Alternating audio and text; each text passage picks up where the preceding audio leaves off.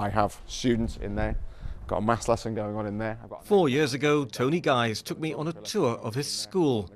Children were being taught in rotting mobile classrooms. Other rooms had damp and mould on the walls, and the roofs leaked when it rained.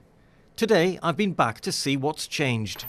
Well, some things have changed. Sadly, some things haven't changed. So you can see it's still got flat roofs, still leaking water, still struggling to just keep on top of some of the internal structure and decor to keep the place decent to come and work in.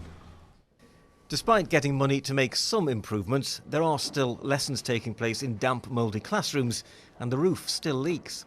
There's still programmes of building new schools, new free schools, and actually, what about the schools they've already got?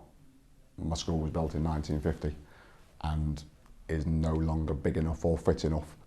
But imagine what I could do in a building that was fit for purpose, that doesn't leak, that doesn't have bits falling off, that the students can fit around comfortably, that is warm, that is well lit.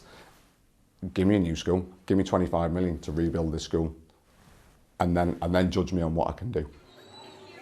Calder High has had a good Ofsted report. Their dining room has been extended and there's a new state-of-the-art English block. So there has been some money spent, but Tony says it falls far short of what is needed. Do you welcome the fact that there's a general election taking place? Do you see that as an opportunity for things to change? Honestly, I can't see much changing.